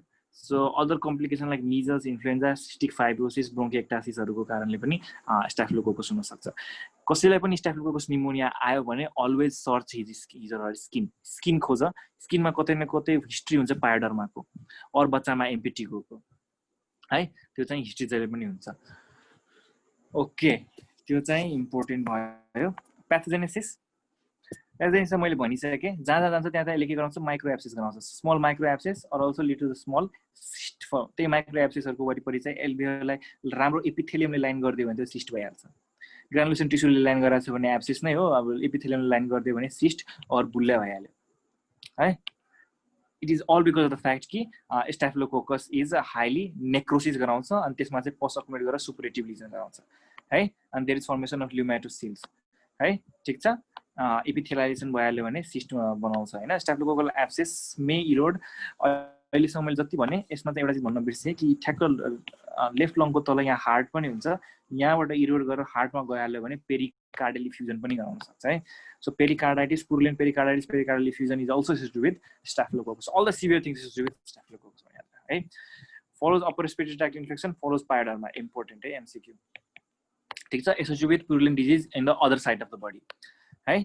Patient will have high grade fever, patient will have anorexia है. Child will be listless, irritable है. Abdomen is often distended. यसमा एब्डोमेन डिस्टेन्सन, पेन भन्दा पनि डिस्टेन्सन इज मोर इम्पोर्टेन्ट स्टाफिलोकोकस. त्यो चाहिँ किन भनेपछि मैले के भन्थे, स्टाफिलोकोकसले चाहिँ अरु ठाउँमा पनि एब्सेस गराउँछ र ब्लडमा पनि जान्छ. तिम्रो ब्लडमा स्टाफिलोकोकस गइसक्यो भने it is either bacteraemia, multiply गर्न थाल्यो भने septicaemia. You are already in septicaemia. If you are in already septicaemia, तिम्रो जीआई बावेलमा पनि त इरिटेसन भइरहेछ. त्यो पनि के भइसक्यो हुन्छ? इलियसमा गइसक्यो हुन्छ है. Because of this ileus abdominal distension हुन्छ ल. सो यो इलियस भन्ने वर्ड पनि आयो भने थिंक इट इज स्टाफिलोकोकस है.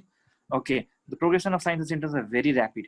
पेसेन्टले पहिला स्ट्याफिलोकोकसको फिचर लिएर आयो, लङ्समा मात्रै एब्सेस थियो, अनि you wait for 2 to 3 days, then you will find कि एब्सेस जहाँ पैतै गइसक्यो, लिभरमा गइसक्यो, लाइक किडनीमा छ, अनि एब्सेस चाहिँ बोन म्यारोमा गइसक्यो, डिफ्रेन्ट ठाउँमा एब्सेस हुन्छ, and this is called metastatic abscess. Right, so metastatic abscess is also a feature of staphylococcus pneumonia. जहाँ पनि जान सक्छ. Diagnosis staphylococcus pneumonia is very easy. You will do chest X-ray. Chest X-ray you will find either cyst or bulla or microabscess or pneumothorax or pleural effusion or pericarditis.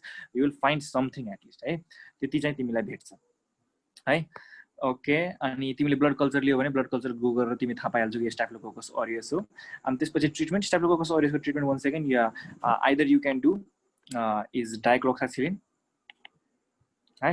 डाइक्लोक्सासिलिन यसको treatment of choice. डाइक्लोक्सासिलिनले treat गर, त्यसले अनि त्यसपछि culture sensitivity पठाइहाल. Empirically dicloxacillin treat गरेर culture sensitivity पठाइहाल. If respond गरेन और कल्चर सेन्सिटिभिटीमा चाहिँ एमआरएसए आयो भने either culture sensitivity of MRSA आयो or डाइक्लोक्सासिलिनले रेस्पोन्ड गर्यो भने you change to vancomycin or linezolid है. यो छदैछ. See cloxacillin dicloxacillin often penicillin G बाट सुरु गर्छ. यो बुकमा लेख्ने कुरा हो. अहिले चाहिँ गर्ने भनेको जहिले पनि डाइक्लोक्सासिलिनबाट सुरु गर्छ, त्यसपछि भएन भने vancomycin linezolidमा शिफ्ट गरिदिन्छ है. ओके है. And the therapy should be continued for about 2 to 6 weeks है. यो इम्पोर्टेन्ट छ. Till all the abscess has been resolved, because symptomatically मान्छेले इम्प्रुभ गर्यो भने पनि रेडियोलोजिकली इम्प्रुभ गरेर आउँदैन क्या. रेडियोलोजिकली एब्सेस चाहिँ प्रिभ्यालेन्ट भइ नै रहन्छ है. त्यसैले चाहिँ रेडियोलोजिकल इम्प्रुभमेन्ट पनि एकदम इम्पोर्टेन्ट छ है. त्यसैले यसको चाहिँ लङ टर्म ट्रिटमेन्ट गर्नुपर्छ. यो इम्पोर्टेन्ट छ ल एमसीक्यू. 2 to 6 weeks. ठिक छ. कम्प्लिकेसन न्युमाइटोसिस भनिसकेँ मैले हैन, इम्पाइमा भनिसकेँ, पाइन्युमोथोराक्स भनिसकेँ, हाइड्रोथोराक्स हेमोथोराक्स भनिसकेँ, न्युमोथोराक्स भनिसकेँ, प्लुरल डिफ्युजन भनिसकेँ, मेटास्टेटिक एब्सेस पनि मैले भनिसकेँ. प्लुरल थिकनिङ पनि गर्न सक्छ रिपिटेड गर्यो भने. यसमा चाहिँ भ्याट्स गर्ने र डिकर्टिकेसन गरिदिने हैन. Okay, so that was Staphylococcus aureus. Now Haemophilus influenza. मैले कुन अर्गानिजमको लगत्तै हेमोफिलस इन्फ्लुएन्जा आउँछ एकदम सिमिलर छ, कुन अर्गानिजमसँग भनेको थिएँ? Streptococcus pneumoniae. Everything is similar to Streptococcus pneumoniae except it occurs in age group हैन, एज ग्रुपमा अकर हुन्छ है.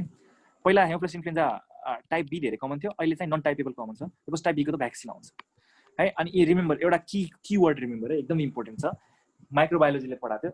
Haemophilus influenza is a normal commensal. It is a normal commensal in nasopharynx है. पेसेन्टले पहिला के हिस्ट्री लिएर आउँछ? अप्पर रेस्पिरेटरी ट्र्याक्ट हिस्ट्री हुन्छ. अलमोस्ट अहिलेसम्म जति पढे सबैमा अप्पर रेस्पिरेटरी ट्र्याक्ट लिएर आउँछ, तर यो चाहिँ मोर इम्पोर्टेन्ट कसमा हुन्छ? हेमोफिलस इन्फ्लुएन्जामा. अप्पर रेस्पिरेटरी ट्र्याक्टको हिस्ट्री लिएर आउँछ, नेजोफेरेन्जाइटिसको हिस्ट्री लिएर आउँछ. नेजलमा चाहिँ के हुन्छ? इन्फ्लामेसन हुन्छ. त्यो इन्फ्लामेसन भइसकेपछि नेजोफेरिङ्सबाट कहाँ छिर्छ? यो ब्लडमा छिर्छ. अनि त्यसपछि चाहिँ यो ट्रान्जिएन्ट ब्याक्टेरियमिया हुन्छ. अनि त्यो ब्याक्टेरियमियाबाट फेरि फर्केर आएर लङ्समा जान्छ है. यसमा चाहिँ प्याथोजेनेसिस यो ट्र्याकियाबाट ब्रोङ्काइबाट तल आउने होइन, यो चाहिँ नेजोफेरिङ्सबाट बक्सआउट गरेर ब्लडमा जाने, ब्लडबाट फर्केर फेरि लङ्समा आउने है. नेजोफेरेन्जाइटिसको इम्पोर्टेन्ट फिचर छ र ब्याक्टेरियमियाको इम्पोर्टेन्ट फिचर छ, स्पेसली हेमोफिलस इन्फ्लुएन्जावाला निमोनियामा है. See nearly always associated with bacteraemia because प्याथोजेनेसिसमा यो ब्याक्टेरियमियाबाट सर्छ है. So infection usually begins in the nasopharynx and it spreads locally or through bloodstream है. अब यो नोटले लेखाएको छ कि either locally or bloodstream. यो bloodstream is very important है. bloodstream मा सरेको कारणले ब्याक्टेरियमियासँग एसोसिएटेड जहिले पनि हुन्छ है. Okay, pathogenesis is similar to Streptococcus pneumonia. मैले भनिसकेँ is very similar to Streptococcus pneumonia है. There is extensive destruction of the epithelium and haemorrhagic oedema extending into the interstitium. It is not only similar to Streptococcus pneumonia, it is slightly के हुन्छ अलिक severe than streptococcus pneumoniae. It causes especially hemorrhage into the bronchial mucosa को वरिपरिको वालहरुमा haemorrhage गराउँछ, necrosis गराउँछ. त्यसकारण ब्लडहरु चाहिँ बाहिर आउँछ अनि हेमोप्टाइसिस चाहिँ गराउन सक्छ है. It specially causes haemorrhagic oedema है. It causes haemorrhagic oedema important है, specially destruction of bronchial epithelium है. ठीक छ, यो बुझ्यो? ओके, यसको क्लिनिकल फिचरमा अरु सबै उस्तै छ, specially gradual onset with nasopharyngeal infection. यो नेजोफेरेन्जियल इन्फेक्सनबाट सुरु हुन्छ. फिभर चाहिँ मोडरेट हुन्छ, स्ट्रेप्टोकोकस निमोनिया जस्तै. स्ट्याफिलोकोकस जस्तो सिभियर छैन, भाइरल जस्तो एकदम नो सिभियर पनि छैन, बीचमा स्ट्रेप्टोकोकस जस्तै छ. मोडरेट फिभर, डिस्पनिया, ग्रन्टिङ रिट्र्याक्सनहरु छ हैन. मिमिक अक्युट ब्रोन्कोलाइटिस छैन है. ठीक छ. Course may be acute, subacute or prolonged है. सो यसमा पनि ब्याक्टेरियामा इज एन इम्पोर्टेन्ट फिचर ठिक छ स्टाफिलोकोकस अरेसमा पनि ब्याक्टेरियामा सेप्टिसिमिया इम्पोर्टेन्ट फिचर थियो याद गर्नु यसमा पनि छ है स्टाफिलोकोकस जस्तै यसमा पनि एम्पाइमा हुन सक्छ तर यो बिर्सिएला एम्पाइमा भनेपछि स्टाफिलोकोकस याद गर haemophilus influenza is very similar to streptococcus के थियो स्ट्रेप्टोकोकस पायोजेनिस हैन पायोजेनिस हैन के हो स्ट्रेप्टोकोकस निमोनिया एन्ड हेन्स यसको ट्रिटमेन्ट पनि त्यही नै हो you treat with ampicillin you add chloramphenicol अब यो मलाई थाहा छैन कति एप्लिकेबल छ पुरानो नोट हो कि के हो है एम्पिसिलिन प्लस क्लोरामफेनाकोल ट्रिटमेन्ट गर्ने अल्टरनेटिभली यसले भएन भने के गर्ने थर्ड जेनेरेसन सेफालोस्पोरिनतिर जाने है सेफोटाक्सिन सेफ्ट्राक्जनमा तर स्पेशली के गर्ने पेनिसिलिनले ट्राई गर्ने त्यसले भएन भने सेफालोस्पोरिनमा जाने है स्ट्रेप्टोकोकस निमोनिया अब यो कुन स्ट्रेप्टोकोकस भन्न खोजेको त this is talking about group A beta haemolytic streptococcus which is streptococcus pyogenes है पायोजेनिस स्टाफिलोकोकस जस्तै यो पनि त पस गराउने अर्गानिजम हो यो त डिफ्रेन्ट स्किनमा पायोडर्मास गराउने अर्गानिजम हो हैन फलिकुलाइटिसहरु यताउति गराउने अर्गानिजम हो यो कहाँ लङमा पुग्यो यो किन पुग्यो most likely the patient has predisposing factor है it is does not occur on its own it is always associated with secondary to measles, chickenpox, influenza, whooping cough, maybe with immunosuppressed patient or diabetes or streptococcus pneumoniaa. है स्टेपली कुन कुरा गर्छु म Streptococcus पायोजेनिस कुरा गर्छु है this streptococcus pyogenes can cause pus just like staphylococcus so it also causes necrosis है अनि ब्रोंकल म्युकोसाको वरिपरि नेक्रोसिस गयो भने ब्लिडिङ हुन्छ है अनि ब्लड स्ट्रिक्ट स्पुटम आउँछ यो एकदम इम्पोर्टेन्ट छ ल यो कीवर्ड यसको blood streaked sputum is seen in streptococcus pyogenes को है maybe can also be seen in staphylococcus can also be seen in hemophilus किनभने हामीले के पढाएको थियौ हेमोराइड्समा पनि गराउँछ ठीक छ okay but it is highly मतलब चाहिँ स्पेसिफिक फर स्ट्रेप्टोकोकस पायोजेनिस है ठीक छ ओके इट इज अटिपिकल यो ब्रोन्कोनिमोनिया माथिदेखि तल जान्छ ब्रोन्कोनिमोनिया प्याटर्नमा गराउँछ यसले पनि है ओके सेरोसाङ्गुइनस पुरलेन्ट इम्पायमा गराउँछ त्यति इम्पोर्टेन्ट भएन पल्मोनरी सुपरेसन छ है इट मिमिक्स स्टाफिलोकोकस निमोनिया ठीक छ अनि भनिसके अनि pneumatocele may also be present in this case है ओके एक्सरे मा ब्रोन्कोनिमोनिया प्याटर्न मोस्ट लाइकली देखिन्छ है ब्रोन्कोनिमो फिचरहरु देखिन्छ कहिलेकाहीँ इन्टरस्टिशियल पनि देख्न सकिन्छ त्यति इम्पोर्टेन्ट भएन त्यो है ओके यसको ट्रिटमेन्ट पनि यो पनि स्ट्रेप्टोकोकस पायोजेनिस नै streptococcus still we are in gram पोजिटिभहरुमै छौं हामी चाहिँ पेनिसिलिनमै छौं पेनिसिलिन जी हो द ट्रिटमेन्ट अफ चोइस है you can do treat with penicillin G streptococcus जस्तै इम्पायमा भइहाल्यो भने त अब ट्युब ड्रेनेज त छँदैछ प्राइमरी अटिपिकल निमोनिया को positive agent MCQ is mycoplasma pneumonia है it can also be caused by chlamydia न्युमोफिलाले पनि गराउन सक्छ है लिजोनेलाहरु पनि भन्न सक्छ है droplet infection it is very similar to viral infection है यो चाहिँ याद राख्नु सो भाइरल इन्फेक्सन जस्तै सब क्यूट सिम्पटम्सहरु हुन्छ है 14 दिन त इन्क्युबेसनै पिरियड लाग्छ अरु सब अहिले हामी के पढाएको थियौ एक दिन 2 दिन इन्क्युबेसन पिरियड 14 दिन इन्क्युबेसन पिरियड छ त्यसपछि ग्रेजुअल अनसेट सिम्पटम छ पहिला अपर रेस्पिरेटरी ट्र्याक्ट इन्फेक्सन छ त्यसपछि लो ग्रेड फिभर विजिङ अलिअलि मलेज हेडेक हैन कफ छ कहिले कफ नहुन पनि सक्छ कफ भए पनि सुरुमा ड्राई हुन्छ पछि चाहिँ म्युकोइड हुन्छ तर even mycoplasma pneumonia is associated with blood streaked sputum ल सो कसैले सोध्यो ब्लड स्ट्रिक्ट स्पुटम केमा हुन्छ त तीनटा त एटलिस्ट याद गर्नु है स्ट्रेप्टोकोकस पायोजेनिस सबसे पहिला है त्यसपछि माइकोप्लाज्मा है त्यसपछि चाहिँ स्टाफिलोकोकस भन्नु अनि त्यसपछि चाहिँ हेमोफिलस इन्फ्लुएन्जा पनि भन्नुहुन्छ तर यो चाहिँ नबिर्सिनु है ब्लड स्ट्रिक्ट स्पुटम है डायग्नोसिस यसमा चाहिँ एउटा स्पेसिफिक एमसीक्यू पोइन्ट चाहिँ कोल्ड अग्लुटिनिन टेस्ट हुन्छ के यसमा चाहिँ कोल्ड इम्युनोग्लोबुलिनहरु चेक गर्न सकिन्छ इफ यसको टाइटर इज पर्सिस्टेन्ट इफ 1:64 डाइल्युसन गर्दाखेरि पनि पोजिटिभ आयो भने बल्ल बुझ्नु पर्यो कि दिज आर एन्टिबडीज अगेन्स्ट माइकोप्लाज्मा अब यो त माइकोप्लाज्मा के त रिकेट्सिया ग्रुपहरुको यो इन्ट्रासेलुलर अर्गानिजम हो हैन अब्लिगेटरी इन्ट्रासेलुलर अर्गानिजम हो ब्याक्टेरिया जस्तो बाहिर बस्न सक्दैन दैट्स व्हाई यिनीहरुलाई चाहिँ ब्लड अगारहरुमा कल्चर गर्न सक्दैन you have to do cell culture either you do cell culture or you do demonstrate antibody against them त कुन एन्टिबडी यो इम्पोर्टेन्ट छ एमसीक्यू कोल्ड एग्लुटिनिन एन्टिबडी हैन 1:64 डाइल्युसन भन्दा पनि बेसी प्रेजेन्ट भयो भने it is said to be positive or you can demonstrate IgM IgG antibodies directly by LICR पनि गर्न सकिन्छ कम्प्लिमेन्ट फिक्सेसन गर्न सकिन्छ है कोल्ड एग्लुटिनिनको बारेमा एउटा कुरा भनिदिन्छु भन कोल्ड एग्लुटिनिन जहिले पनि दुईटा किसिमको पढाएको छ नि त हामीले वार्म र कोल्डमा याद गर्नुपर्ने मेजर दुईटा भनेको एउटा माइकोप्लाज्मा र एउटा इन्फेक्सियस मोनोन्युक्लियोसिस अरु जुनसुकै आयो मजाले वार्म लाउँदा हुन्छ यो दुईटामा माइकोप्लाज्मा र इन्फेक्सियस मोनोन्युक्लियोसिसमा चाहिँ कोल्ड हुन्छ बाकी अटो इम्युन जति थाहा छ जति इन्फेक्सन थाहा छ सबैमा वार्म हुन्छ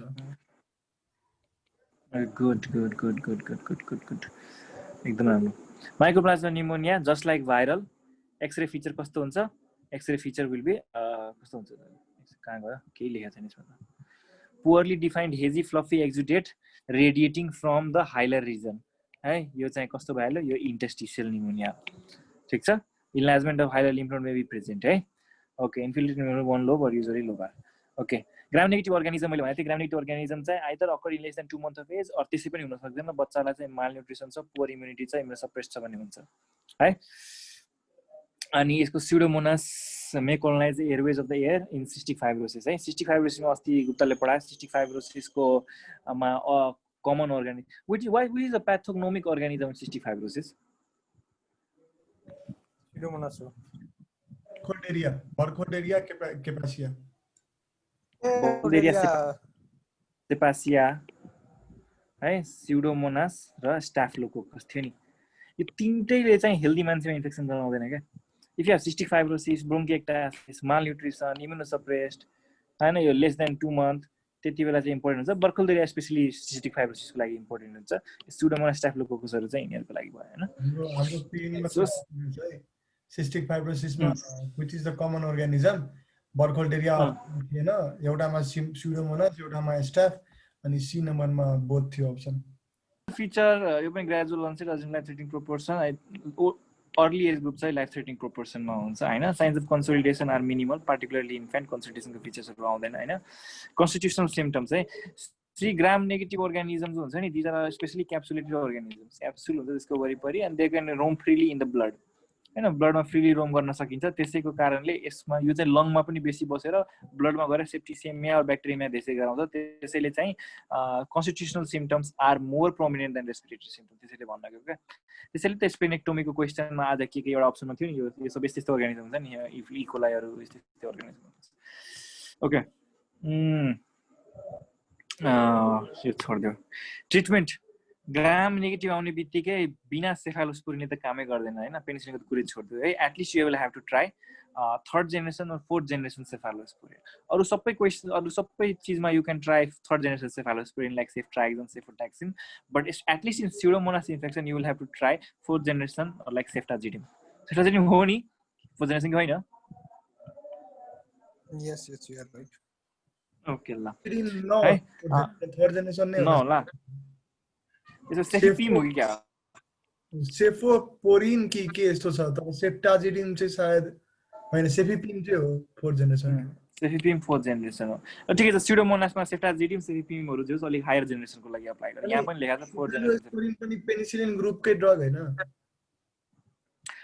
पेनिसिलिन ग्रुपको हो पेनिसिलिन र सेफालोस्पुरिन सँगसँगै हुन्छ बट ग्राम नेगेटिभ भयो भने पेनिसिलिन छोडेर सेफालोस्पुरिनमा आउनुपर्छ थर्ड बिटा ल्याक्टम छोडेर यसमा आउनुपर्छ हैन यो दुईटै बिटा ल्याक्टम हो पेनिसिलिन र सेफालोस्पुरिन दुईटै बिटा ल्याक्टम हो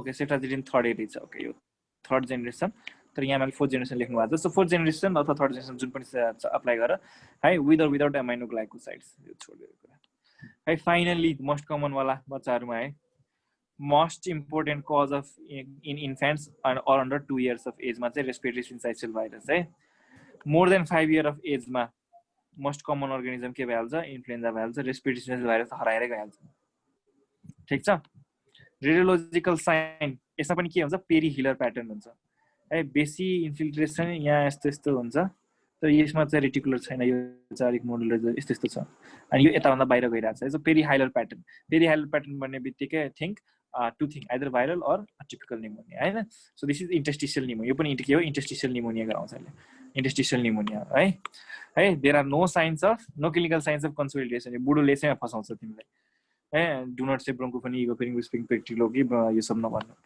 है ठीक छ भाइरल निमोनियामा त इन्टरस्टिशियल हुन्छ डु नट प्रेजेन्ट है यो भनिसके मैले प्याथोजेनेसिस माथि सुरु हुन्छ तल आउँदै जान्छ ग्रेजुअल अनसेट हुन्छ धीरे धीरे गरेर तल आउँछ त्यसको कारणले चाहिँ पछि चाहिँ निमोनिया गराउन सक्छ है सो यो चाहिँ के हुन्छ ग्रेजुअल अनसेट हुन्छ है लो ग्रेड फिभर हुन्छ है ठीक छ अनि 1 वीकमा चाहिँ रिजल्भ भएर जान सक्छ आफै पनि or it may get secondarily infected हैन इन सम केसेस अनि त्यस्तो केसहरुमा चाहिँ कम्प्लिकेसन आउन सक्छ है सो द्याट्स इट भाइरल निमोनियाको म्यानेजमेन्ट स्पेशली कुनै पनि केही चाहिँदैन you will do supportive management है अक्सिजन दिनु पर्यो हैन अनि पेसेन्टलाई चाहिँ नर्सिङ चाहिँ राम्रो पोजिसनमा रेस्पिरेटरी डिस्ट्रेस छ भने पेसेन्टलाई 30 डिग्री एलिभेटेड जस्ट लाइक ब्रोन्कोलाइटिसको लागि चाहिँ नर्सिङ गर्नु पर्यो फिभर छ भने त्यसको लागि चाहिँ एन्टिपायरेटिक दिनु पर्यो हैन फिडिङ चाहिँ ब्रेस्ट फिडिङ चाहिँ राम्ररी गर्नु पर्यो हैन बच्चालाई हाइड्रेट राख्नु पर्यो त्यसपछि चाहिँ if you suspect patient get secondarily infected भइसकेको छ भने त्यति बेला चाहिँ एन्टिबायोटिक युज गर्दा हुन्छ अरेल्स चाहिँदैन आफै ग्रेजुअली आफै निको भएर जान सक्छ है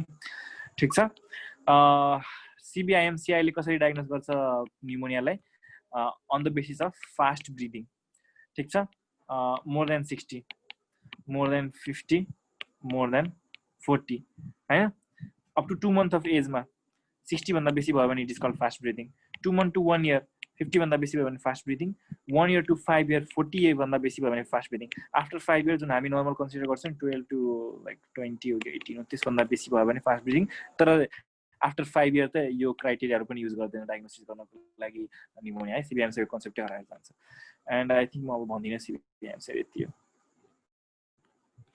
यसमा एउटा कुरा गर्दै यो कुरा गर्दै भन्नु जस्तो यो सिभियर निमोनिया छ भने सिभियर निमोनिया छ भने हेल्थ पोस्टमा पेशेन्ट आयो भने एमपी जेन्टामाइसिन प्लस एम्पिसिलिन को मिक्सचर दिने आईबी फर्ममा निमोनियाको प्रब्लम छ भने त्यतिखेर ओरल एन्टिबायोटिकमा amoxicillin prefer drug of choice हो यो एकदम इम्पोर्टेन्ट ओरल एमोक्सिसिलिन दिन्छ है ओरल एमोक्सिसिलिन एमसीक्यू हो यहाँ चाहिँ एम्पिसिलिन प्लस जेन्टामाइसिन एम्पजेन्ट भन्छ क्या एम्पिसिलिन जेन्टामाइसिन फर्स्ट डोज यहाँ दिने पेसेन्टलाई रिफर गरिदिने त्यसपछि बाँकी ट्रिटमेन्ट चाहिँ उता गर्छ पहिला स्ट्राइडरलाई यहाँ राखिन्थ्यो अहिले चाहिँ स्ट्राइडर भयो भने सिभियर भइसकेको छ है यही यो आइएमसीको तिमी नेटमा खोज्यो भने 2-3 किसिमको चार्ट आउँछ सब चिज यही हुन्छ तर स्ट्राइडर चाहिँ यहाँ लेखा हुन्छ है त्यो चाहिँ हैन यो रिसेन्ट वाला हो स्ट्राइडर यहाँ गइसकेको छ स्ट्राइडर भनेपछि रेस्पिरेटरी डिस्ट्रेस भइसक्यो severe pneumonia chest indrawing respiratory distress